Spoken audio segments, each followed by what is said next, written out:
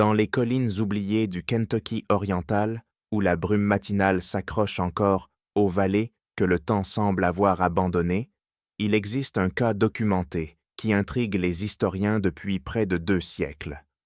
En 1834, le révérend Ezekiel Morrison et ses 2 filles jumelles de 9 ans, Rebecca et Rachel, arrivèrent à la congrégation baptiste, isolée de Pine Hollow, une communauté si retirée que les cartes de l'époque reconnaissaient à peine son existence. Ce qui se produisit durant leur séjour de 3 jours fut méticuleusement consigné dans le journal personnel du pasteur William Phillips, un document découvert en 1987 lorsque la vieille église fut finalement démolie. Les entrées du journal décrivent des événements d'une précision si étrange, si surnaturellement exacte, que des psychologues de moderne les ont étudiés en profondeur. Pourtant, aucun n'a pu expliquer comment 2 jeunes enfants pouvaient y posséder un savoir défiant toute explication rationnelle. Les jumelles Morrison ne se contentaient pas de prédire des événements futurs. Elles te révélèrent des secrets enfouis depuis des décennies, décrivirent des personnes qu'elles n'avaient jamais rencontrées et parlèrent de tragédies survenues des années avant leur naissance. Mais peut-être le plus troublant de tout, chaque détail qu'elles révélaient s'avérait absolument vérifiable. Cette chaîne n'est pas faite pour tout le monde, seulement pour ceux qui ont le courage d'affronter des mystères qui remettent en cause notre compréhension même de la réalité. Avant de plonger plus profondément dans l'affaire Morrison, assurez-vous d'être abonné, car nous allons révéler des détails que la plupart des historiens refusent d'évoquer. Et dites-nous en commentaire, de quel État nous écoutez-vous? Car ce qui s'est passé dans le Kentucky aurait pu arriver plus près de chez vous que vous ne l'imaginez. L'histoire ne commence pas avec le surnaturel, mais avec quelque chose de bien plus inquiétant, la possibilité que certains esprits humains puissent accéder à des informations d'une manière que la science ne peut toujours pas comprendre. Le Kentucky de 1834 était une terre coincée entre la nature sauvage et la civilisation, où des communautés comme Pine Hollow existaient dans une quasi-isolation au cœur des contreforts des Cumberland. Cette colonie particulière avait été fondée en 1818 par 3 familles cherchant la liberté religieuse, loin des conflits confessionnels qui tourmentaient les villes plus grandes. Au moment de l'arrivée de la famille Morrison, Pine Hollow comptait à peine 200 âmes, presque toutes liées par le sang ou le mariage, toutes soumises à la stricte doctrine baptiste qui régissait chaque aspect de leur quotidien. La communauté s'articulait autour d'une modeste église en bois, bâtie de leurs propres mains avec le bois des collines environnantes. Le pasteur William Phillips, un homme instruit qui avait abandonné sa vie confortable à Lexington pour servir ses âmes de frontière, tenait les seuls registres écrits des naissances, des décès, des mariages et des événements marquants. Sa nature méticuleuse allait se révéler cruciale pour documenter ce qui était sur le point de se dérouler. Ezekiel Morrison était une figure familière dans le circuit des églises reculées, disséminées à travers la région des Appalaches. Grand, marqué par les épreuves, ses cheveux prématurément gris racontaient des difficultés dépassant ses 34 ans. Il voyageait à pied avec ses filles, portant seulement une sacoche de cuir usée contenant sa Bible, quelques effets personnels et le journal où il consignait ses observations spirituelles. Il était veuf depuis 9 ans, depuis que son épouse Sarah était morte en donnant naissance aux jumelles, durant une terrible tempête d'hiver qui avait isolé leur cabane pendant des semaines.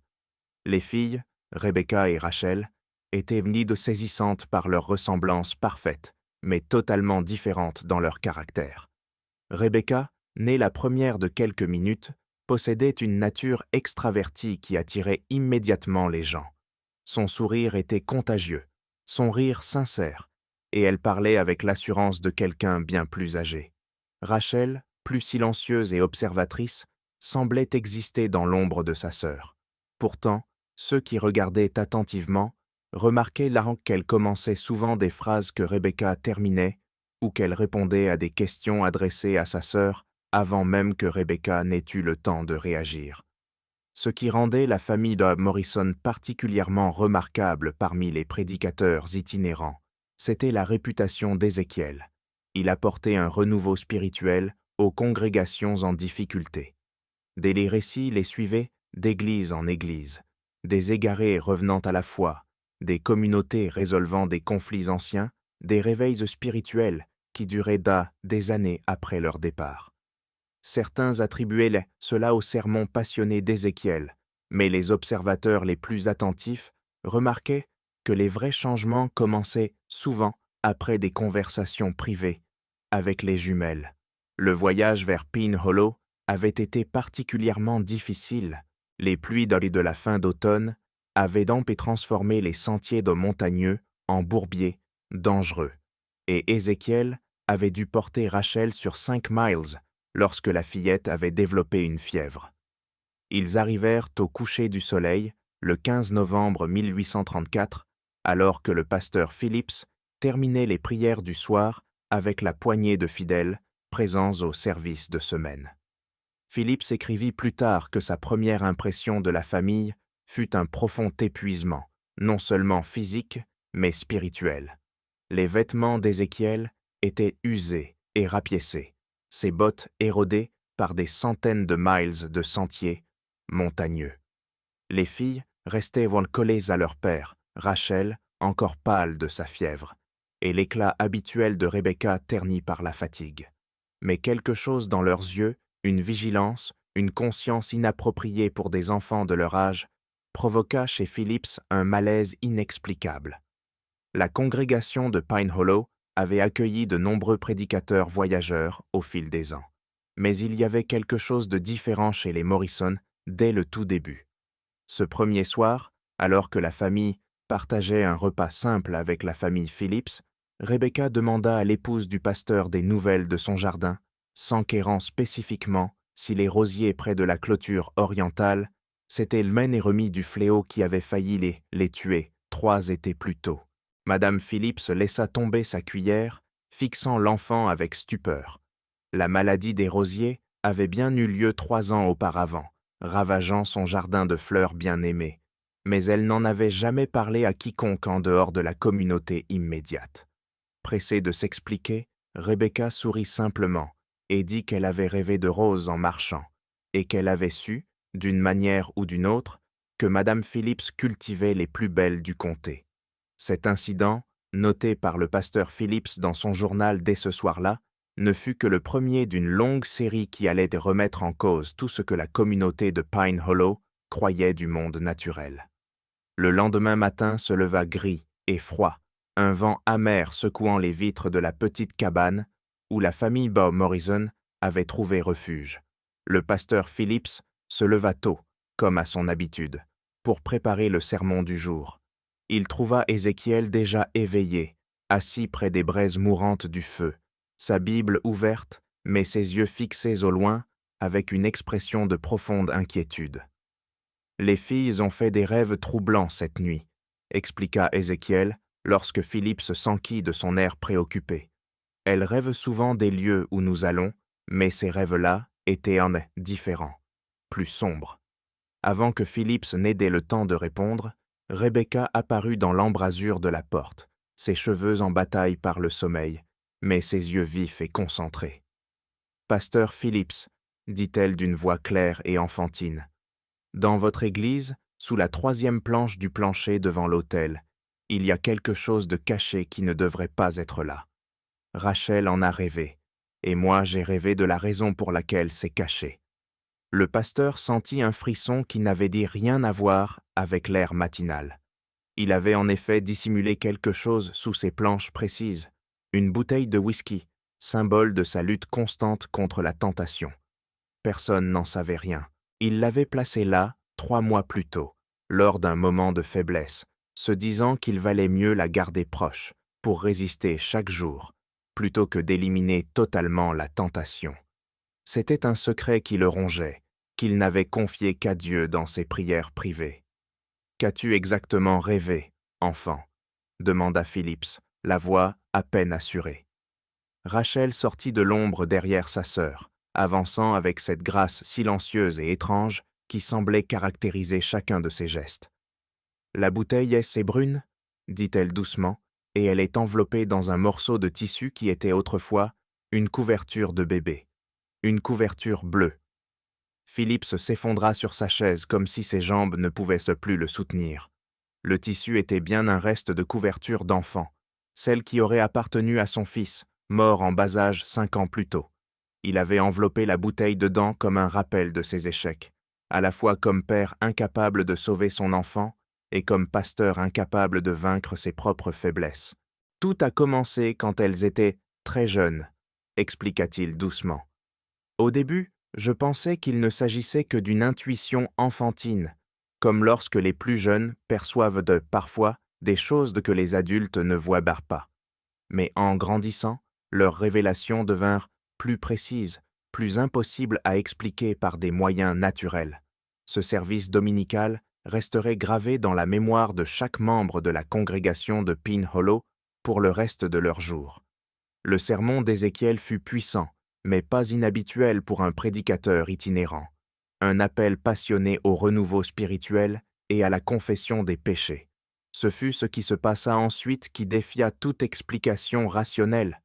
Alors que les fidèles commençaient à quitter l'Église, Rebecca s'approcha de Samuel Turner, un fermier prospère connu pour sa générosité envers l'Église et son rang dans la communauté. Elle leva vers lui ses yeux bleus innocents et dit « Monsieur Turner, l'argent que vous avez pris dans la quête, ce n'est pas vraiment du vol, si vous le remettez, n'est-ce pas? Papa dit que Dieu pardonne à ceux qui se repentent. » Le visage de Turner devint livide. Depuis 6 mois, il détournait de petites sommes de la collecte pour couvrir des dettes issues d'un investissement raté dans une affaire à Louisville. Il s'était convaincu qu'il rendrait chaque centime une fois sa situation financière améliorée, mais l'argent manquant rongeait sa conscience comme un cancer. Avant qu'il ne puisse répondre, Rachel rejoignit sa sœur et s'adressa à Martha Whitfield, la veuve âgée qui faisait figure d'autorité morale dans l'Église. « Madame Whitfield, votre mari n'est pas mort dans l'accident de ferme, n'est-ce pas?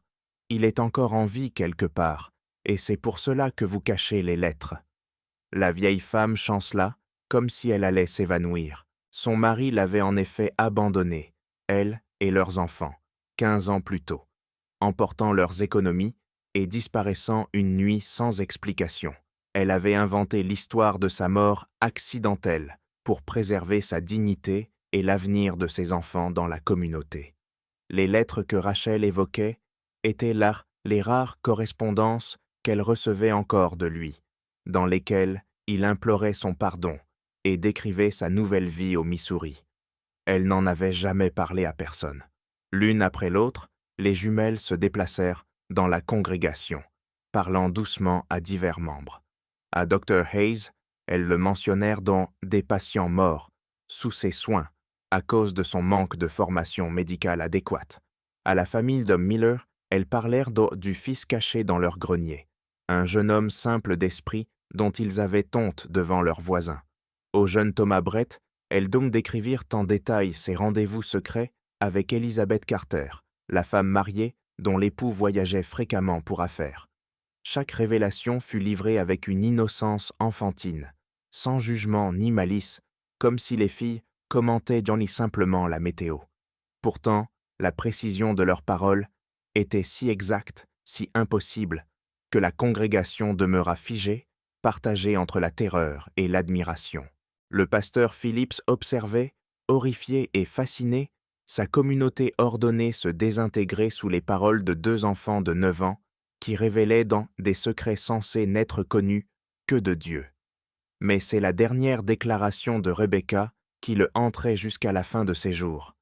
Elle marcha jusqu'à l'autel, posa sa petite main sur la croix de bois sculptée par les membres fondateurs de l'Église et dit d'une voix claire qui résonna dans le silence « Ceci est un lieu sacré, mais il a été souillé par ce qui s'est passé ici autrefois. La famille de Whitman n'est pas morte dans un incendie domestique, n'est-ce pas, pasteur Phillips? Ils sont morts ici même, dans cette salle, et certains d'entre vous savent exactement pourquoi. » Le silence qui suivit fut assourdissant, Même le vent au dehors sembla s'arrêter, comme si la nature elle-même attendait une réponse à cette accusation impossible. La révélation au sujet de la famille Whitman frappa la congrégation comme un coup physique. Le visage du pasteur Phillips, pâle comme le givre du matin, se crispa tandis qu'il agrippait la chair si fort que ses jointures devinrent blanches. La tragédie des Whitman représentait le secret le plus profond de Pine Hollow, une plaie jamais refermée malgré 16 années de silence collectif. En 1818, alors que Pine Hollow n'était encore qu'une colonie fragile d'une 50aine d'âmes, la famille Whitman figurait parmi ses membres les plus en vue. Jacob Whitman était à la fois forgeron et chef officieux, tandis que sa femme Mary était réputée pour ses remèdes à base d'herbes et son aide bienveillante lors des accouchements difficiles. Leurs filles de jumelles, Hope et Faith, étaient les chéries de la communauté. 2 brillantes et belles enfants de 9 ans qui chantaient dans la chorale de l'église et aidaient leur mère auprès des malades. L'histoire officielle, consignée dans les registres soigneusement entretenus par les prédécesseurs du pasteur Phillips, affirmait que la famille Whitman avait péri dans un tragique incendie domestique au cours d'une tempête d'hiver. Leurs corps avaient ensuite été retrouvés dans les décombres de leur maison et enterrés au cimetière de l'église avec les cérémonies appropriées. La communauté avait pleuré, reconstruit et avancé, comme les colonies de frontières devaient le faire face au malheur. Mais les paroles de Rebecca suggéraient une toute autre réalité, une vérité que plusieurs des anciens espéraient voir enterrée à jamais. L'ancien Thompson, âgé de 73 ans et membre d'une des familles fondatrices de Pine Hollow, se leva lentement de son banc. Ses mouvements étaient douloureux à cause de son arthrite, mais sa voix portait le poids des décennies lorsqu'il parla enfin. « Enfant, dit-il posément, tu parles de choses qui se sont produites avant ta naissance, dans des lieux où tu n'es jamais allé. Comment pourrais-tu savoir ce que tu prétends savoir ?» Rebecca se tourna vers lui, ses yeux bleus empreints d'une maturité troublante. Faith Whitman avait une tache de naissance sur l'épaule gauche, dit-elle doucement. Hope en avait une à la cheville droite. Faith portait toujours une poupée en bois, sculptée par leur père, et Hope un médaillon d'argent contenant une mèche des cheveux de leur mère. Quand elles sont mortes, Faith portait sa robe bleue du dimanche, et Hope sa chemise de nuit, car elle était malade de la fièvre. Ces détails, impossibles à connaître pour une étrangère, provoquèrent un murmure de reconnaissance parmi les plus anciens de la congrégation. L'épouse de Thompson agrippa son bras, ses yeux écarquillés de frayeur. « La nuit où elles sont mortes, poursuivit Rachel d'une voix douce mais claire, ce n'était pas un incendie qui les a tuées. Elles étaient venues à l'église chercher refuge parce que quelqu'un les traquait. Elles se sont cachées derrière l'autel, mais on les a retrouvées malgré tout. L'église était si silencieuse qu'on entendait chaque respiration comme un vacarme. Le pasteur Phillips se surprit à se rappeler des fragments de conversations entendus au fil des années, des chuchotements qui s'arrêtaient lorsqu'il entrait, des regards échangés entre les anciens sur certains sujets, la manière dont certaines familles déposaient toujours des fleurs sur un coin anonyme du cimetière. Samuel Turner, encore bouleversé par la révélation de ses fautes financières, se leva brusquement. « C'est de la folie, déclara-t-il, mais sans conviction. Ces enfants racontent des absurdités, inventent des histoires pour nous effrayer. Elles ne peuvent pas savoir de telles choses. » Mais tandis qu'il parlait, d'autres détails surgirent dans la congrégation. Madame Carter, la belle-mère d'Élisabeth, murmura quelque chose à propos de taches de sang apparues un jour sur le sol de l'église, impossible à nettoyer malgré leurs efforts. Le vieux Benjamin Foster mentionna les bruits étranges qu'on entendait parfois résonner dans l'église la nuit, semblables à des pleurs d'enfants, que l'on avait attribués au vent dans les planches mal jointes. Dr. Hayes, malgré son embarras précédent sur ses compétences médicales, prit la parole avec une précision clinique. « Je me suis toujours interrogé sur les fondations de l'église, » dit-il lentement. « Lorsque j'ai aidé à réparer le muret il y a 3 ans, nous avons trouvé ce qui ressemblait à... » ce qui aurait pu être des fragments d'os mêlés au mortier d'origine. Les implications de sa déclaration pesèrent lourdement dans l'air. Si la famille Whitman était réellement morte dans l'église, si leur corps avait beau été secrètement enseveli dans ses fondations mêmes, alors chaque office, chaque prière, chaque moment de culte avait eu lieu au-dessus de leurs tombes anonymes. Ezekiel Morrison était resté silencieux tout au long de ces révélations, son visage buriné exprimant une profonde inquiétude, mais aucune surprise. Il avait été témoin de scènes similaires dans d'autres communautés, observé comment le savoir impossible de ses filles démantelait les mensonges soigneusement entretenus et ramenait à la lumière des vérités enfouies. « Monsieur Morrison, » dit le pasteur Phillips d'une voix tendue, « comment vos filles savent-elles tout cela? Quel don leur permet une telle clairvoyance ?» Ézéchiel resta silencieux un long moment, observant les visages de la congrégation avant de répondre. « Je me pose cette question chaque jour depuis des années, » dit-il enfin. Leur mère, Sarah, prétendait posséder la seconde vue, la capacité de percevoir des choses au-delà de la perception ordinaire. Mais ce que vivent nos filles va bien au-delà de tout ce que Sarah avait jamais montré.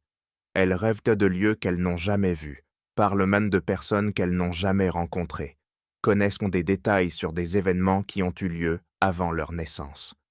Il fit une pause, regardant ses filles avec un mélange d'amour et de profonde tristesse. Au début, je croyais qu'il s'agissait d'une bénédiction, d'un don divin, destiné à m'aider à guider les âmes troublées. Mais avec les années, j'ai commencé à me demander s'il ne s'agissait pas de toute autre chose. La connaissance qu'elle possède a un prix. Elle y porte le poids des secrets de chacun, des douleurs de chacun. Elles savent des choses qu'aucun enfant ne devrait jamais avoir à savoir. Comme appelées par les paroles de leur père, les jumelles s'avancèrent ensemble jusqu'à l'avant de l'église. Pour la première fois depuis leur arrivée, elles ressemblaient vraiment aux enfants qu'elles étaient, petites, vulnérables et écrasées par le monde des adultes qui les entouraient. « Nous ne choisissons pas ce que nous voyons, » dit Rebecca, sa confiance passée, remplacée par une lassitude bien trop lourde pour son jeune visage. « Les rêves viennent que nous le voulions ou non. Nous voyons ce qui a été, ce qui est, et parfois ce qui sera. » Rachel hocha la tête, sa main trouvant celle de sa sœur. « Les sœurs Whitman viennent parfois dans nos rêves. Elles veulent que les gens sachent ce qui leur est réellement arrivé. Elles veulent qu'on se souvienne d'elles comme il se doit. » L'église retomba dans le silence, mais cette fois, c'était le silence de personnes confrontées à des vérités qui défiaient leur compréhension fondamentale de la réalité.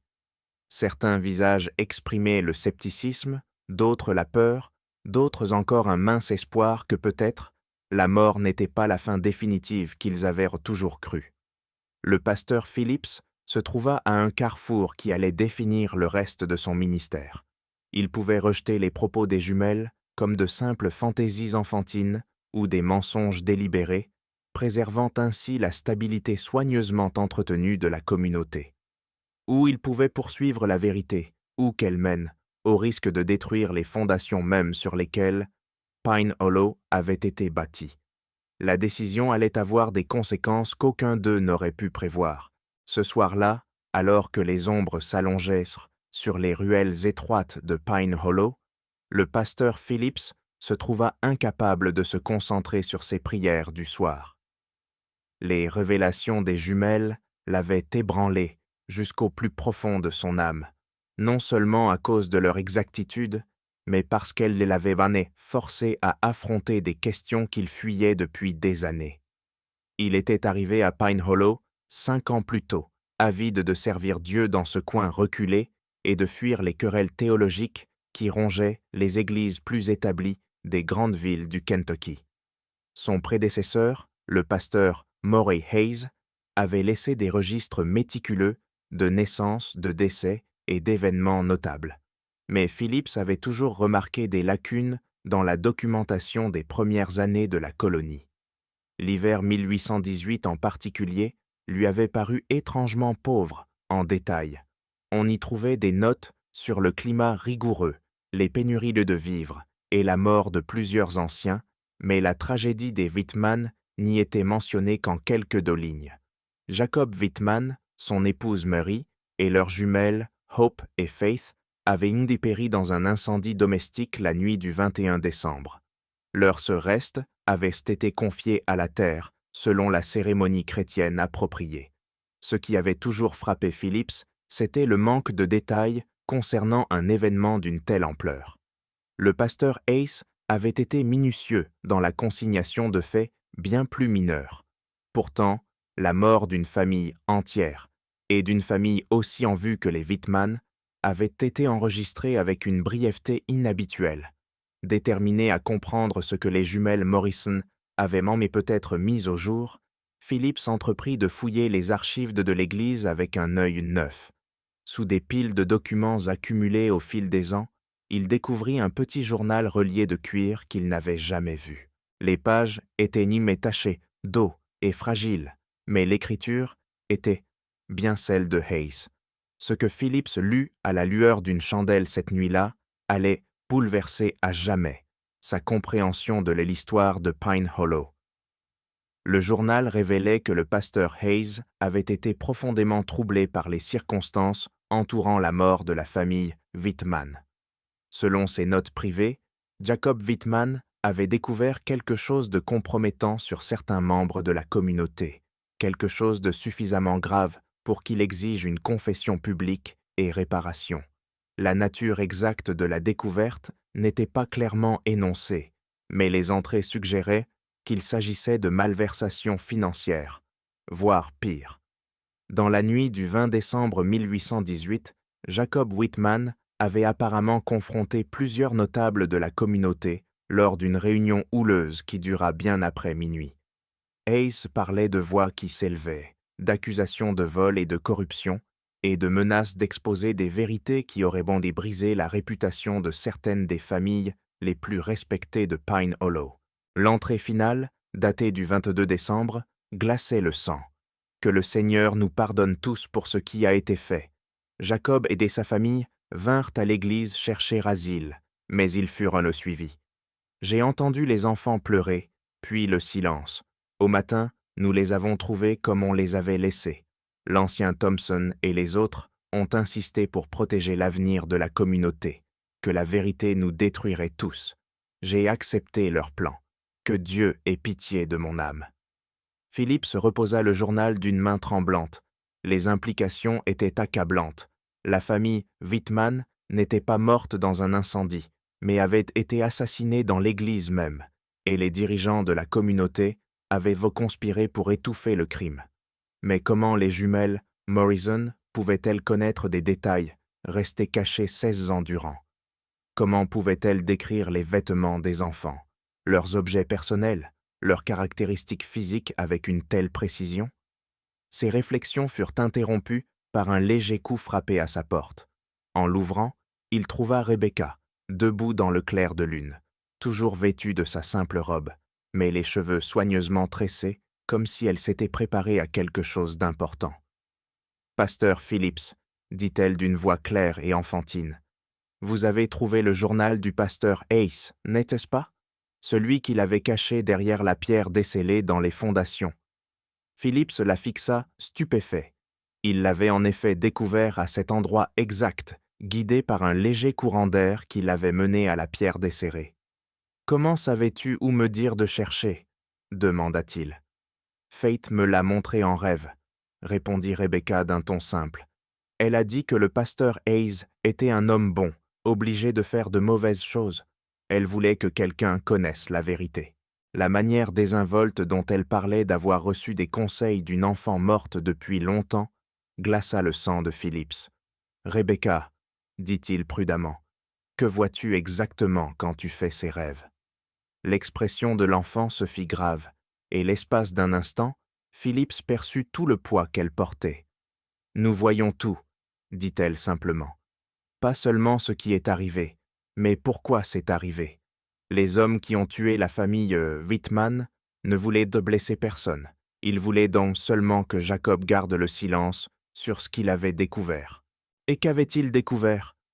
Rebecca détourna le regard vers la cabane, où l'on voyait Rachel, assise près de la fenêtre, fixant le cimetière de l'église. « L'argent pour construire l'église ne venait pas seulement des dons, dit-elle. Une partie avait été volée à des voyageurs de passage dans la vallée. Jacob l'avait découvert quand on lui avait demandé de ferrer des chevaux appartenant à des hommes déjà morts. Les pièces du puzzle commencèrent à s'assembler dans l'esprit de Phillips. Les premières années de Pine Hollow avaient été marquées par de nombreux rapports de voyageurs disparus dans les sentiers de montagne. Officiellement, ces disparitions étaient attribuées aux dangers naturels, ours, chutes, intempéries. Mais si Jacob Whitman avait trouvé des preuves que certains de ces voyageurs avaient été délibérément assassinés et dépouillés, l'église a été bâtie avec de l'argent taché de sang, poursuivit Rebecca, sa voix d'enfant résonnant avec une maturité glaçante. C'est pour cela que Faith et Hope ne peuvent voler trouver le repos. Leur sang a été versé sur un sol déjà maudit. Phillips se retrouva face à une vérité plus horrible qu'il n'aurait jamais pu l'imaginer. L'église à laquelle il avait voué sa vie, le sanctuaire où il avait prié pour obtenir force et réconfort, avait été construite avec le produit du meurtre et était elle-même devenue le théâtre d'une violence encore plus grande. Mais même en luttant avec ces révélations, une partie de son esprit restait analytique, se demandant « Comment pouvait-il vérifier tout cela ? Comment distinguer entre une connaissance surnaturelle et une tromperie élaborée ? La réponse viendrait plus tôt qu'il ne l'imaginait et d'une source qui défierait toute explication rationnelle qu'il aurait pu construire. Le lendemain matin amena un visiteur inattendu à Pine Hollow. Alors que la famille de Morrison se préparait à leur départ, leur séjour prévu de 3 jours ayant déjà été prolongé pour tenir compte des révélations dramatiques du dimanche, un cavalier solitaire s'approcha du village par le sentier de l'Est.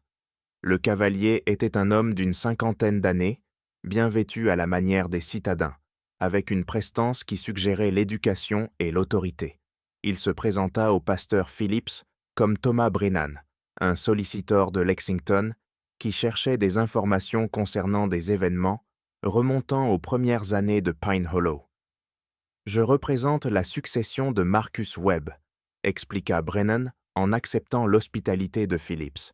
Monsieur Webb était décédé récemment à Louisville, et parmi ses affaires, nous avons trouvé des documents suggérant qu'il avait des relations d'affaires avec cette communauté à ses débuts. J'essaie de retracer la destination de certains fonds qui ont pu être transférés de manière irrégulière. Phillips sentit son sang se glacer. Marcus Webb était un nom qui apparaissait dans le journal secret du pasteur Hayes, l'un des nombreux voyageurs qui avaient disparu le long des sentiers de montagne en 1818 et 1819. Selon les notes de Hayes, Webb transportait une somme considérable destinée à l'achat de terres dans le Tennessee. Avant que Phillips ne puisse formuler une réponse, Rebecca apparut à son coude, avec ce timing troublant qui caractérisait tant de ses apparitions. Elle leva les yeux vers Brennan avec curiosité et dit « Monsieur Webb avait une montre en or, avec ses initiales gravées à l'intérieur du couvercle. Le verre était fêlé, parce qu'il l'avait laissé tomber quand son cheval s'est cabré. » Le masque de Brennan se fissura visiblement. « Comment pouvez-vous savoir cela au sujet de la montre de Marcus Webb ?» exigea-t-il. Ce détail n'était mentionné que dans sa correspondance personnelle avec son frère. Rachel apparut aux côtés de sa sœur, comme appelée par un signal invisible. « La montre est enterrée derrière l'église, » dit-elle doucement. Avec sa bourse et la bride de son cheval, l'ancien Thompson les y a placés après. Ce qui s'est passé sur le sentier. Les implications frappèrent Phillips comme un coup physique. Si les jumelles avaient raison, si les effets personnels de Marcus Webb étaient remis réellement enterrés derrière l'église, cela prouverait que leur savoir dépassait ce que tout enfant normal aurait pu posséder. Et plus encore, cela fournirait des preuves tangibles des crimes qui avaient financé le développement initial de Pine Hollow. Brennan mit pied à terre avec une détermination urgente. « J'exige que nous procédions immédiatement à une excavation, » déclara-t-il. « Si ce que ces enfants disent est vrai, nous avons affaire à des preuves de vol et de meurtre. » L'ancien Thompson, qui observait l'échange à distance, s'approcha avec une réticence évidente. À 73 ans, il était le seul membre survivant du conseil de direction originel qui avait pris les décisions dans ses premières années. Son visage buriné reflétait un mélange de résignation et de défi. « Vous parlez de choses que vous ne comprenez pas, étranger », dit Thompson, sa voix portant l'autorité de l'âge et de la position. Cette communauté a été bâtie par des gens craignant Dieu, qui ont fait ce qu'ils devaient hommes faire pour survivre dans le désert. La survie ne justifie pas le meurtre, répliqua Brennan sèchement. Si ces allégations sont vraies, cet établissement entier repose sur des actes criminels. Rebecca leva ses yeux bleus inquiétants vers l'ancien Thompson. « Monsieur Thompson, dit-elle doucement, les cauchemars ont cessé après la première année, n'est-ce pas? Vous vous êtes dit que cela signifiait que Dieu vous avait pardonné. » La façade de Thompson se fissura visiblement. « Enfant, murmura-t-il, tu ne peux pas savoir. Personne ne sait pour les rêves où Marcus Webb te suppliait de le laisser partir, poursuivit Rachel, sa voix douce mais claire dans l'air du matin. Personne ne sait comment tu vois encore son visage chaque nuit avant de t'endormir. Le vieil homme s'effondra sur une souche voisine, comme si ses jambes ne pouvaient plus le soutenir. Ce n'était pas censé arriver, dit-il, la voix brisée. Nous voulions seulement prendre l'argent. Nous mourions de faim. Nos enfants étaient malades et l'hiver arrivait. Mais Webb s'est défendu. Sa confession resta suspendue dans l'air comme la fumée d'un bûcher funèbre. Le pasteur Phillips comprit qu'il assistait à l'effondrement de tout ce qu'il avait cru au sujet de sa communauté, de son Église et de sa foi. Ezekiel Morrison, qui était resté silencieux jusque-là, parla enfin. « La vérité a toujours un moyen de remonter à la surface, » dit-il calmement. « Mais des fils d'idées ne choisiront pas ce qu'elles y révèlent. Elles ne sont que les canaux d'information qui exigent d'être entendus. » Brennan ne perdit pas de temps pour organiser une équipe d'excavation. En quelques heures, plusieurs hommes du village creusaient derrière l'église, guidés par les indications précises des jumelles. Le pasteur Phillips observait avec une angoisse croissante, sachant que chaque pelletée de terre les rapprochait des preuves qui détruiraient la mythologie soigneusement construite de Pine Hollow. Ils n'eurent pas à creuser profondément. À 1 mètre de profondeur, leurs pelles heurtèrent quelque chose de métallique. En dégageant soigneusement la terre, ils mirent au jour une montre de poche en or ternie. Son verre était bien fêlé, comme Rebecca l'avait décrit. Les initiales MW étaient blondes clairement visibles à l'intérieur du couvercle. À côté de la montre gisait une bourse en cuir, son contenu depuis longtemps détérioré, mais sa présence indéniable. La bride du cheval, bien que pourrie par les années, restait identifiable. Brennan examina chaque objet avec la précision méthodique d'un homme habitué à bâtir des dossiers juridiques. Cette montre correspond exactement à la description faite dans la correspondance de Marcus Webb, annonça-t-il. La fissure sur le verre, la gravure, même le maillon inhabituel de la chaîne, tout est conforme à ce que son frère avait décrit. Mais c'est la réaction de l'ancien Thompson qui fournit la confirmation la plus accablante. Le vieillard fixait les objets exhumés avec l'expression de quelqu'un qui voyait des fantômes, ses lèvres murmurant ce qui ressemblait à une prière ou une confession. « Il y en a eu d'autres, » dit-il enfin, sa voix à peine audible. Webb n'était pas le premier, et il n'a pas été le dernier. Le sentier à travers ces montagnes était parfait pour ce que nous avions besoin de faire. Des voyageurs passaient régulièrement, souvent seuls, et transportaient de l'argent pour des transactions de terres ou d'affaires. L'ampleur des crimes se révélait clairement. Pine Hollow n'avait pas été bâti par le travail acharné et la providence divine. Il avait été financé par une campagne systématique de vols et de meurtres qui avait duré des années. Mais même alors que les preuves s'accumulaient, Phillips se débattait avec des questions qui allaient bien au-delà de ces crimes. Comment les jumelles Morrison pouvaient-elles connaître des détails qu'aucun vivant ne pouvait posséder? Comment pouvaient-elles décrire des victimes qu'elles n'avaient jamais rencontrées? Des crimes survenus avant leur naissance?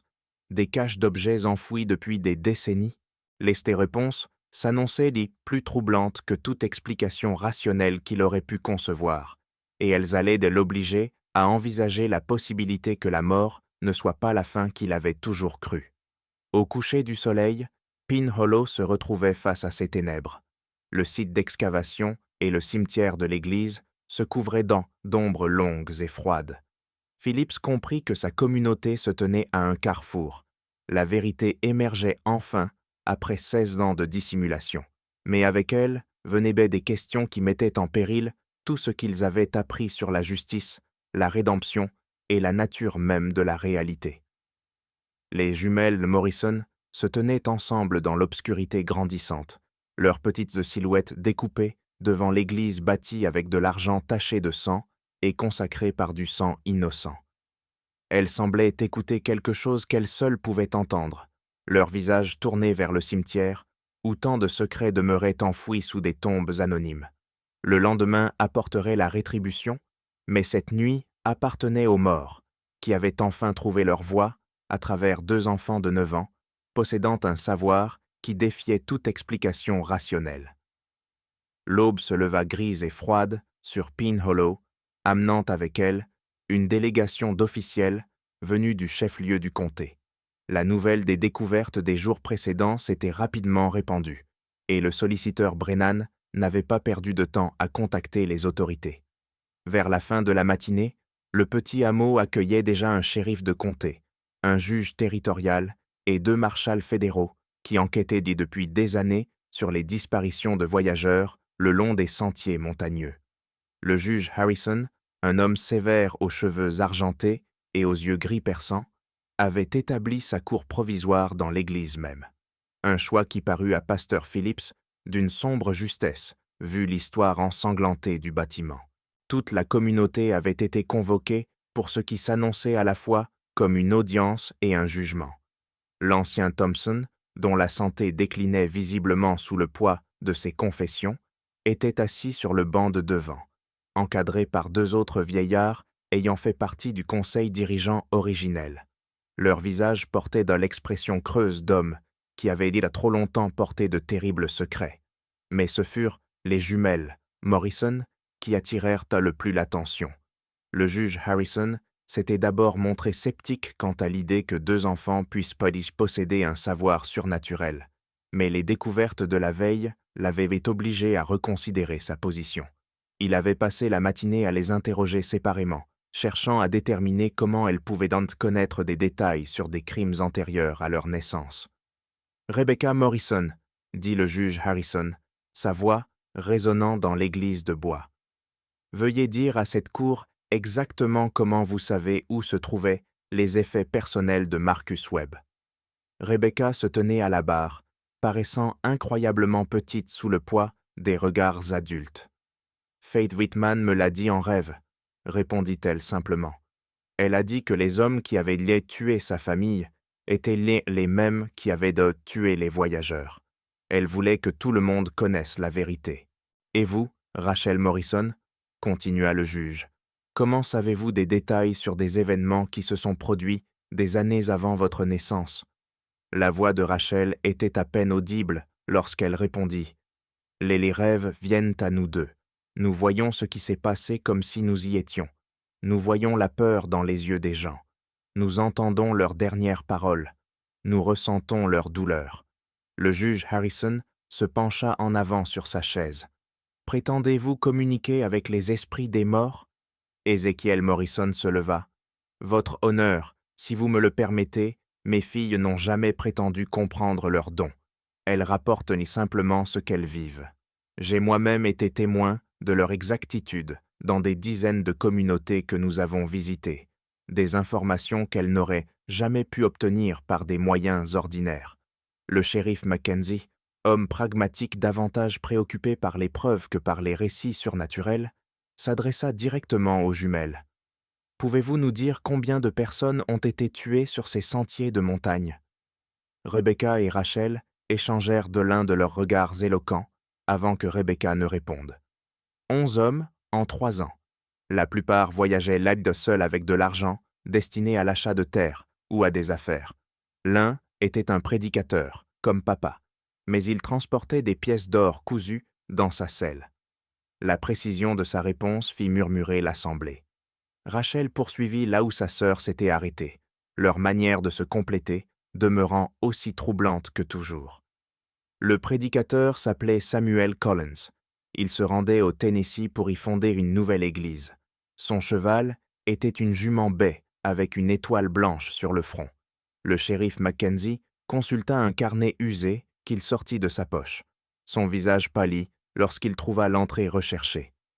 Samuel Collins a disparu sur cette route en septembre 1819, confirma-t-il. La description de son cheval correspond exactement à nos archives. Mais ce qui suivit secoua l'assemblée jusqu'au plus profond d'elle-même. L'ancien Thompson, les mains tremblantes de vieillesse et de culpabilité, se leva avec peine. « Votre honneur, dit-il, sa voix se brisant, je ne peux plus porter ce fardeau. Ce que disent ces enfants est vrai. Chaque mot. Mais il y a autre chose, pire que les meurtres que nous avons commis. » L'église se figea dans un silence total, seulement troublé par le vent sifflant à travers les planches disjointes et le cri lointain d'un faucon. « La famille Whitman, continua Thompson, les larmes coulant sur ses joues, ridées. Ils n'ont pas seulement découvert par hasard des preuves de nos crimes. Jacob Whitman était mon beau-frère. Je lui ai confié ce que nous faisions, pensant que la loyauté familiale le garderait silencieux. Mais Jacob avait une conscience plus forte que sa loyauté. Pasteur Phillips sentit le monde vaciller autour de lui tandis que la confession se déroulait. Jacob menaça de tout révéler, à moins que nous ne fassions restitution aux familles, des morts. Il dit qu'il se rendrait lui-même à Lexington pour rapporter nos crimes aux autorités territoriales. Nous ne pouvions pas laisser cela arriver. Trop de familles dépendaient de ce que nous avions bâti ici. La voix de Thompson devint un souffle. La nuit du 21 décembre 1818, nous avons suivi la famille Whitman jusqu'à l'église. Jacob avait amené Mary et les jumelles, pensant que la terre sacrée les protégerait. Mais nous étions des hommes désespérés, avec tout à perdre. Rebecca, très pâle mais résolue, s'immobilisa. « Dites-leur pour les bébés, » dit-elle doucement. L'ancien s'effondra. « Mon Dieu, » sanglota-t-il, « comment pouvez-vous savoir pour les bébés ?» Le juge Harrison se pencha en avant. « Quel bébé? Expliquez-vous, vieil homme. » Mary Whitman était enceinte lorsque nous l'avons tuée, avoua Thompson, les mots s'arrachant de sa gorge. 8 mois, de jumelles. Le médecin a dit qu'elles auraient pu vivre si nous avions cherché de l'aide au lieu de... Il ne put terminer. Rachel s'avança, sa voix douce perçant le silence sidéré. Voilà pourquoi nous voyons tout si clairement. Faith et Hope Whitman n'étaient pas les seuls enfants à mourir cette nuit-là. Leurs sœurs à naître sont mortes avec elles. 4 âmes réclamant justice. Les implications théologiques de cette déclaration parcoururent de l'Assemblée comme une onde de choc. Si les jumelles canalisaient réellement les esprits des enfants Whitman, y compris les non-nés, cela remettait en cause la doctrine chrétienne la plus fondamentale sur l'au-delà. Le docteur Hayes, médecin officieux de la communauté, prit la parole. « J'ai aidé à l'enterrement, » dit-il lentement. « Nous avons trouvé des preuves de la grossesse, mais nous nous sommes convaincus que les bébés étaient trop jeunes pour avoir une âme, qu'ils n'avaient pas besoin de rites funéraires. Chaque âme compte pour Dieu, déclara fermement Ezekiel Morrison. Chaque vie, si brève soit-elle, a une signification éternelle. Mais le juge Harrison se souciait davantage de justice terrestre que de débats théologiques. Monsieur Thompson, confessez-vous le meurtre de Jacob Whitman, de son épouse Mary, de leurs 2 filles jumelles et de leurs 2 enfants à naître? Je le confesse, répondit Thompson, la voix creuse de désespoir. Et aussi les meurtres de 11 voyageurs qui nous avaient accordé leur confiance. Nous sommes tous coupables. Moi-même, Samuel Bradford et Marcus Perry. Nous avons tout planifié ensemble. Nous l'avons exécuté ensemble. Et nous l'avons caché ensemble pendant 16 ans. Les 2 autres vieillards nommés dans sa confession restèrent figés, le visage marqué de résignation et de terreur. Le poids de 16 ans de culpabilité collective était devenu trop lourd à porter.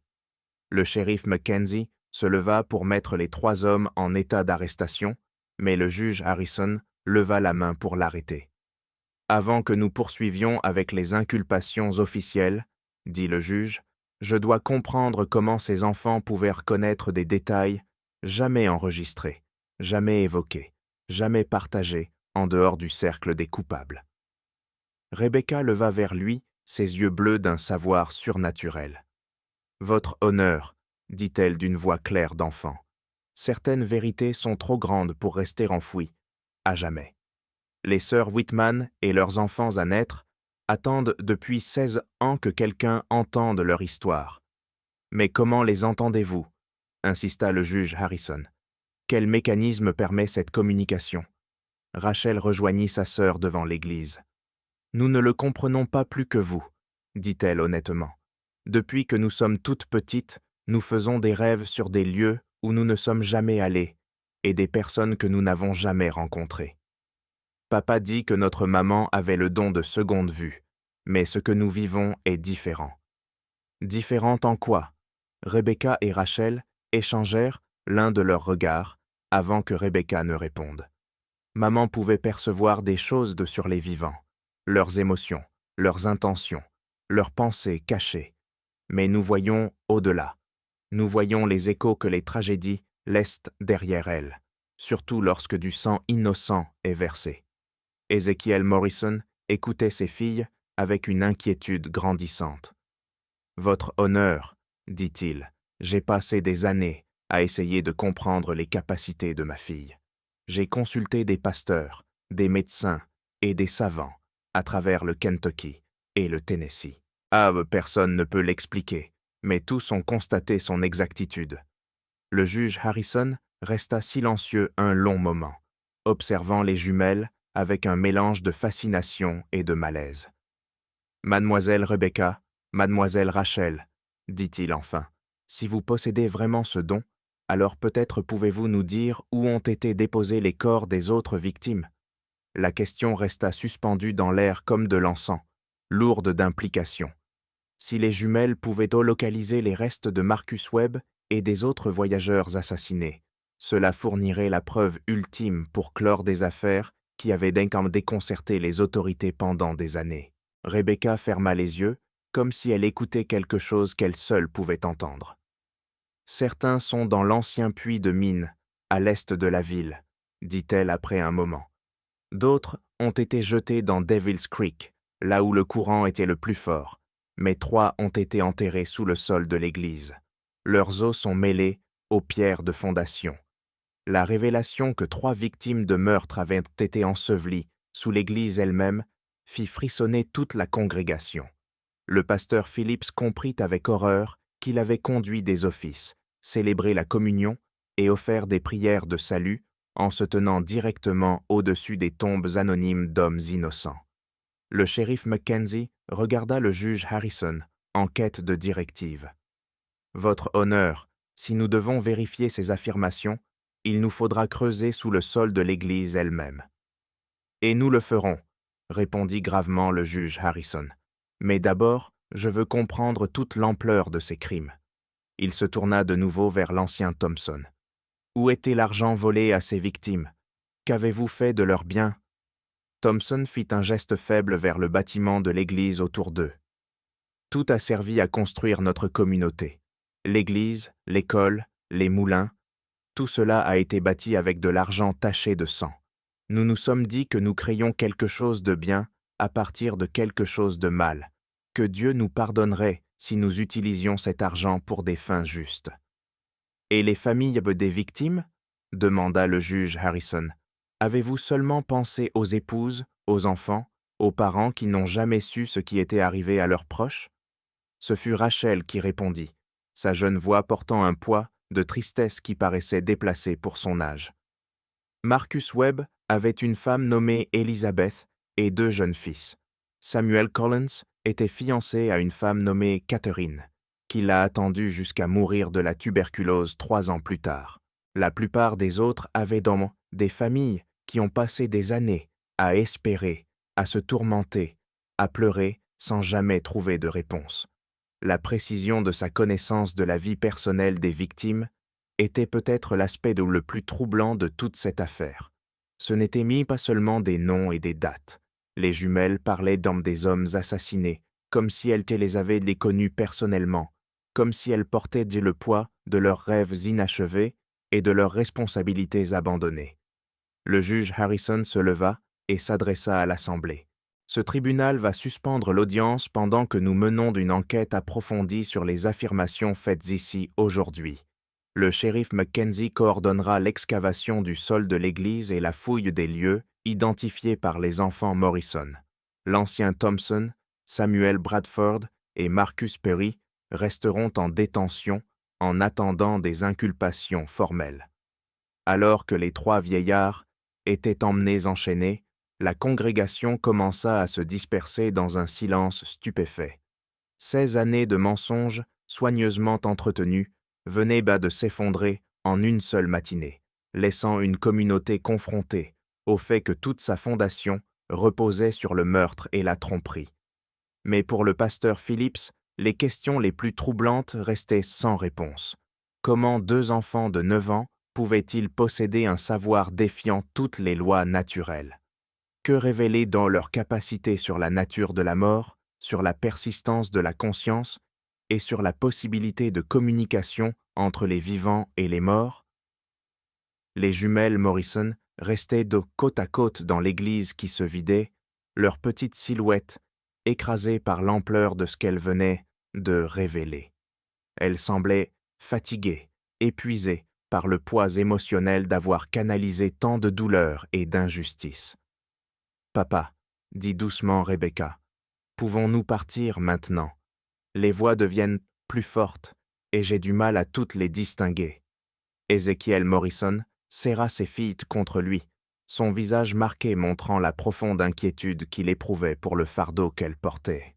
« Bientôt, » promit-il. « Mais d'abord, nous devons aider ces gens à comprendre ce que vous leur avez montré. » Alors que le soleil atteignait son zénith au-dessus de Pine Hollow, projetant des ombres nettes sur le cimetière de l'église et le site d'excavation derrière le bâtiment, la communauté se préparait à des révélations qui remettraient en question tout ce qu'elle croyait savoir sur la justice, la rédemption et les conséquences éternelles des actes terrestres. La vérité sortait enfin de 16 années de ténèbres, mais avec elle venaient donc des questions qui hantraient tous les présents pour le reste de leur vie. L'excavation du sol de l'église de Pine Hollow dura 3 jours. Travaillant méthodiquement sous la supervision du juge Harrison, l'équipe du shérif Mackenzie retira les planches de bois et commença à creuser avec soin la terre tassée en dessous. Ce qu'ils trouvèrent confirma avec une précision glaçante les affirmations des jumelles Morrison. 3 squelettes complets reposaient dessous le sanctuaire. Leurs os, en effet, étaient mêlés aux pierres de fondation, comme Rebecca l'avait décrit.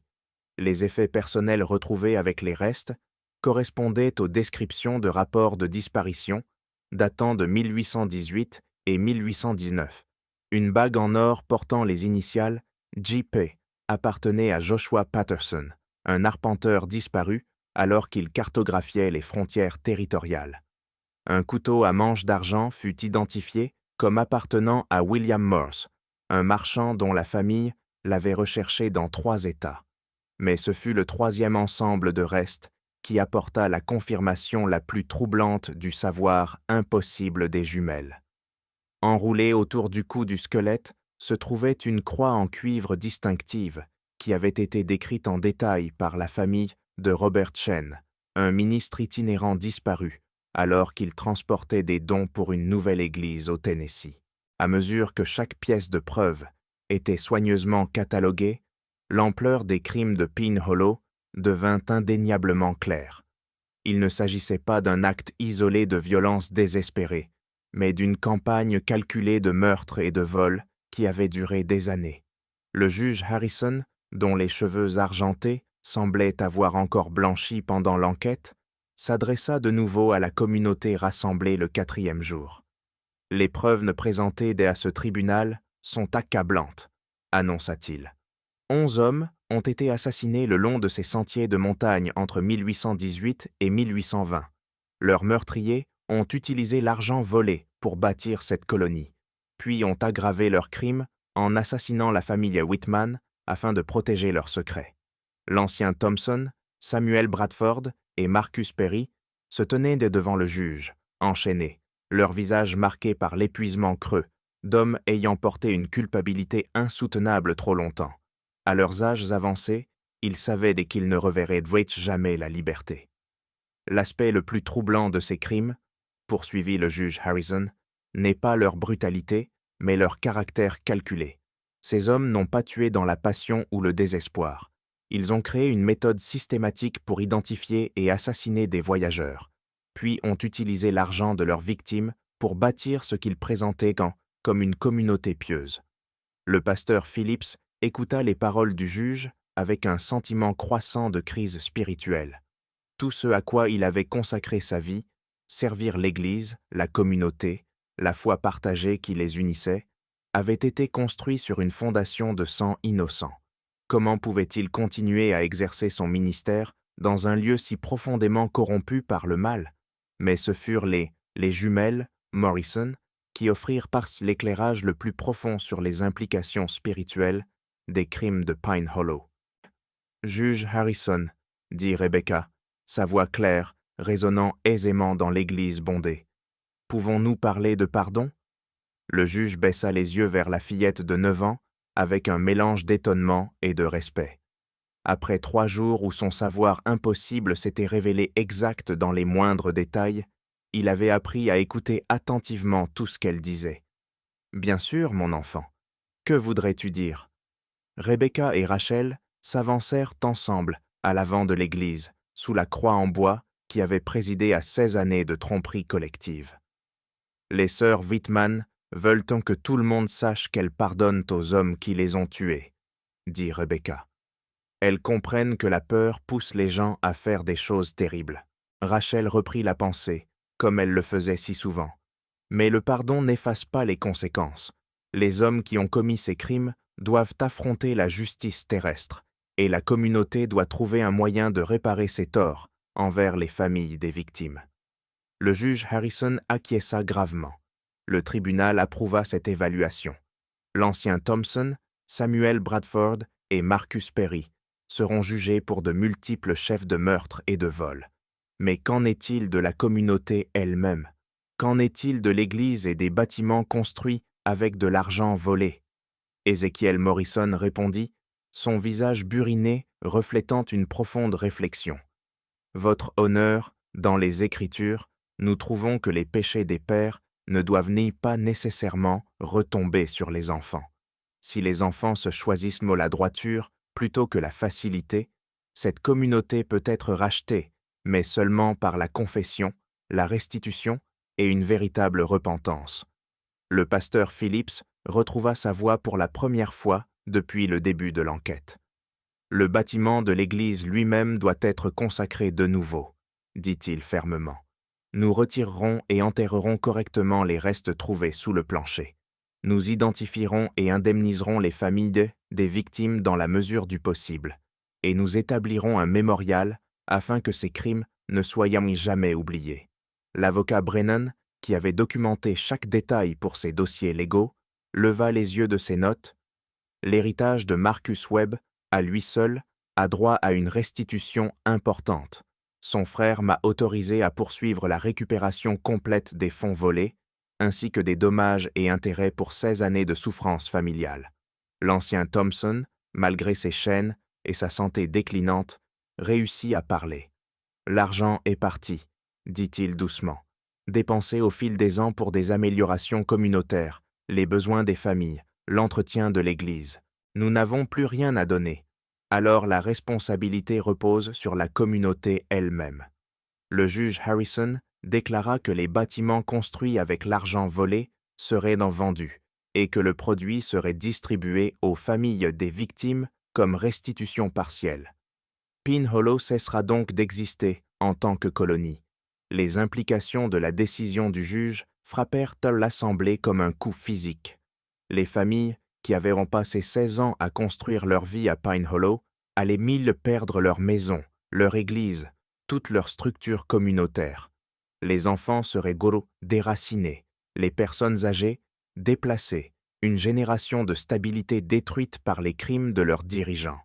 Mais c'est Rebecca Morrison qui révéla la dernière information la plus glaçante. « Juge Harrison, dit-elle, sa voix enfantine, portant une autorité qui semblait impossible à son âge. Il y a quelque chose d'autre que vous devez savoir sur Pine Hollow. Les crimes ne se sont pas arrêtés en 1820. L'Église retomba dans le silence, à l'exception du bruit du vent, à travers les planches lâches et du tonnerre lointain d'une tempête approchant. « Que voulez-vous dire, enfant ?» demanda le juge Harrison, bien que son ton laissait entendre qu'il n'était pas sûr de vouloir connaître la réponse. Rachel s'avança pour se tenir aux côtés de sa sœur. Le puits de mine où certains corps ont été jetés n'est pas seulement un endroit où les vieux crimes ont été cachés. Des gens continuent de disparaître le long de ces sentiers de montagne. Le shérif Mackenzie se redressa sur sa chaise. « Voulez-vous dire que ces meurtres ont continué ? Pas par les mêmes personnes. » Rebecca précisa. « La plupart des tueurs originaux sont trop vieux maintenant. Mais d'autres ont appris de leur exemple, les techniques, les lieux, les méthodes pour se débarrasser des preuves. Une connaissance comme celle-là ne meurt pas avec ses créateurs. Les implications de sa déclaration envoyèrent des ondes de choc à travers l'Assemblée. Si les jumelles avaient vraiment raison, les crimes de Pine Hollow avaient engendré une tradition de violence qui avait persisté pendant des décennies, faisant de nouvelles victimes dont les disparitions avaient même été attribuées à des dangers naturels. Le juge Harrison se leva de son siège, le visage grave et déterminé. « Shérif Mackenzie, nous devrons élargir notre enquête immédiatement. S'il y a d'autres crimes récents liés à cet endroit, nous devons tous les découvrir. » Alors que les procédures légales continuaient autour d'eux, les jumelles Morrison restèrent silencieusement ensemble, leur fardeau impossible enfin levé après 3 jours de révélations et de témoignages. Elles avaient l'âme servi de voix pour les morts, de conduit pour la justice refusée, d'instruments de vérité qui ne pouvaient d'au plus être réprimés. Ézéchiel Morrison rassembla ses filles, son visage buriné montrant un profond soulagement mêlé de soucis pour l'avenir. « Êtes-vous prête à quitter cet endroit ?» demanda-t-il doucement. Rebecca regarda l'église une dernière fois, ses yeux bleus prenant en compte les murs en bois, la simple croix et les visages des gens dont la vie avait été à jamais changée par son témoignage. « Les voix se font plus calmes maintenant, » dit-elle doucement. « La foi et l'espoir peuvent nous reposer. » Rachel acquiesça, sa main trouvant celle de sa sœur. « Mais il y aura d'autres lieux, d'autres voix. Et papa, pourquoi devons-nous porter toute cette tristesse ?» Ézéchiel s'agenouilla au niveau de sa fille, les yeux brillants de larmes retenues. « Je ne sais pas, mes petites, mais je crois que Dieu donne des fardeaux spéciaux seulement à ceux assez forts pour les porter. Peut-être que ton don, quel qu'il soit, sert un but plus grand que nous ne pouvons comprendre. » Alors que la famille Baldwin Morrison se préparait à quitter Pine Hollow, emportant leur capacité mystérieuse et leur terrible connaissance, le pasteur Phillips se retrouva face à la décision la plus difficile de son ministère. Devait-il rester et aider à reconstruire ce qui pouvait l'être dans les ruines de la communauté, ou devait-il fuir un endroit si profondément entaché par la violence et la tromperie? La réponse vint alors qu'il observait les jumelles marcher main dans la main vers leur père. Si 2 enfants de 9 ans pouvaient y porter le poids d'une vérité si dévastatrice avec grâce et pardon, peut-être y avait-il de l'espoir pour la rédemption, même dans les endroits les plus sombres. 3 semaines plus tard, Pine Hollow était une ville fantôme. Le bâtiment de l'église avait été démonté planche par planche. Ses matériaux furent vendus pour aider à indemniser les familles des victimes.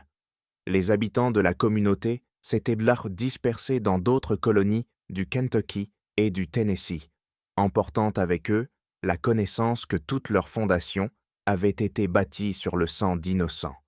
Mais dans les églises de toute la région, une nouvelle histoire commença à se répandre. L'histoire de 2 jeunes filles possédant un savoir défiant toute explication rationnelle, qui servait de voix pour les morts et d'instruments de justice différés. Certains rejetèrent le récit comme une superstition frontalière, d'autres y virent la preuve d'une intervention divine dans les affaires humaines. La famille de Morrison poursuivit son circuit à travers les églises reculées des Appalaches et les récits continuèrent de les suivre. Des communautés connaissant un renouveau spirituel, des secrets longtemps enfouis refaisant surface, des mystères résolus grâce au savoir impossible de jumelles parlant avec l'autorité de prophètes malgré leur jeune âge. Le rapport final du juge Harrison sur l'enquête de Pine Hollow comptait 47 pages et documentait des crimes s'étendant sur plus de 2 décennies. Son paragraphe de conclusion serait cité dans les textes légaux pendant des générations. Cette affaire remet en question nos hypothèses fondamentales sur la nature de la justice, la vérité et la persistance de la responsabilité morale au-delà de la tombe. Bien que la science ne puisse expliquer la source du savoir des enfants Morrison, l'exactitude de leurs témoignages ne peut être contestée. Peut-être que certaines vérités sont trop importantes pour rester enterrées à jamais. Le pasteur Phillips établit finalement un nouveau ministère dans l'est du Tennessee, où il passa le reste de sa carrière à aider les communautés à affronter des vérités difficiles et à rechercher une véritable rédemption. Il n'oublia jamais les 3 jours à Pine Hollow, où 2 filles de 9 ans avaient déchiré 16 ans de mensonges soigneusement construits avec un savoir qu'aucun vivant n'aurait dû posséder. Le mystère des capacités de Rebecca et Rachel Morrison ne fut jamais résolu.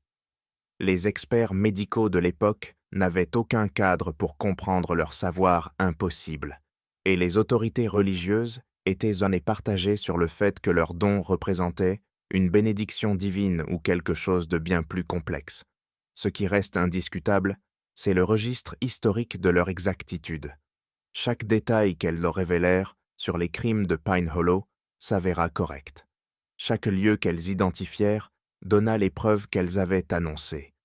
Chaque secret qu'elles exposèrent fut vérifié par une enquête indépendante. Mais peut-être que l'aspect le plus troublant de leur histoire n'est pas ce qu'elles ont révélé sur le passé, mais ce qu'elles ont suggéré sur la nature même de la justice. Si les morts ne peuvent vraiment pas reposer tant que leur meurtre reste caché, si l'innocence possède un pouvoir capable de transcender la mort et d'exiger des comptes, alors peut-être que notre compréhension des conséquences morales s'étend bien au-delà des limites de la vie terrestre. Les jumelles Morrison disparurent des archives historiques dans les années 1840. Leur destin reste aussi mystérieux que leur capacité. Certains disent qu'elles ont poursuivi le ministère de leur père jusqu'à leur propre décès, servant d'instruments de vérité dans des communautés à travers la frontière américaine. D'autres croient qu'elles ont fini par apprendre à réprimer leurs terribles dons et ont mené une vie calme et normale, loin des églises itinérantes où leur réputation s'était établie, mais dans les recoins reculés des Appalaches, dans des colonies où de vieux secrets subsistent encore et où d'anciens crimes demeurent impunis, des voyageurs rapportent de parfois avoir rencontré des sœurs jumelles possédant un savoir que nul vivant ne devrait avoir. Elles parlent des morts avec une familiarité déconcertante, révèlent des vérités enterrées depuis des générations et rappellent aux coupables que certaines formes de justice dépassent les limites de la loi humaine. Que ces rencontres concernent les mêmes jumelles, Morrison, leur héritage spirituel ou autre chose reste un mystère que la science ne peut résoudre et que la foi ne peut pleinement expliquer. Ce que nous savons avec certitude, c'est que la vérité, comme l'énergie, ne peut être ni créée ni détruite. Elle ne peut que se transformer d'un état à un autre. Et parfois, juste parfois, elle trouve des voix prêtes à parler pour ceux qui ne peuvent plus parler pour eux-mêmes. Les dossiers de l'enquête de Pine Hollow restent aux archives de l'État du Kentucky, accessibles aux chercheurs, souhaitant vérifier les affirmations extraordinaires rapportées dans ce récit. La documentation méticuleuse du juge Harrison, les rapports de preuve du shérif Mackenzie et les journaux personnels du pasteur Phillips corroborent tous les faits essentiels de cette affaire. Mais le mystère plus profond, La question de savoir comment 2 enfants de 9 ans ont pu posséder un savoir impossible et servir de voix pour les morts reste aussi insoluble aujourd'hui qu'il l'était en 1834. Certaines vérités, semble-t-il, sont destinées à rester hors de portée de la compréhension humaine, résidant dans cette zone d'ombre, entre foi et raison, où les mystères les plus profonds de l'existence continuent d'échapper à notre emprise. Croyez-vous que les jumelles Morrison ont réellement communiqué avec les esprits des victimes de meurtre? Pensez-vous que leur savoir pourrait s'expliquer par des moyens naturels que nous ne comprenons tout simplement pas? Les preuves soutiennent l'exactitude de leurs révélations, mais la source de leur capacité demeure l'un des mystères non résolus les plus fascinants de l'histoire. Quelle est, Freddy, votre théorie sur les jumelles Morrison? Partagez vos réflexions dans les commentaires ci-dessous. Êtes-vous assez courageux pour envisager la possibilité que la mort ne soit pas la fin de la conscience? Ou pensez-vous qu'il existe une explication rationnelle à leur savoir impossible? N'oubliez pas de vous abonner pour découvrir d'autres mystères qui remettent en question tout ce que nous pensons savoir de la réalité et activez la cloche de notification pour ne jamais manquer des histoires comme celle-ci. Jusqu'à la prochaine fois, souvenez-vous que certains secrets refusent de rester enterrés pour toujours, et parfois, les voix les plus innocentes portent les vérités les plus dévastatrices.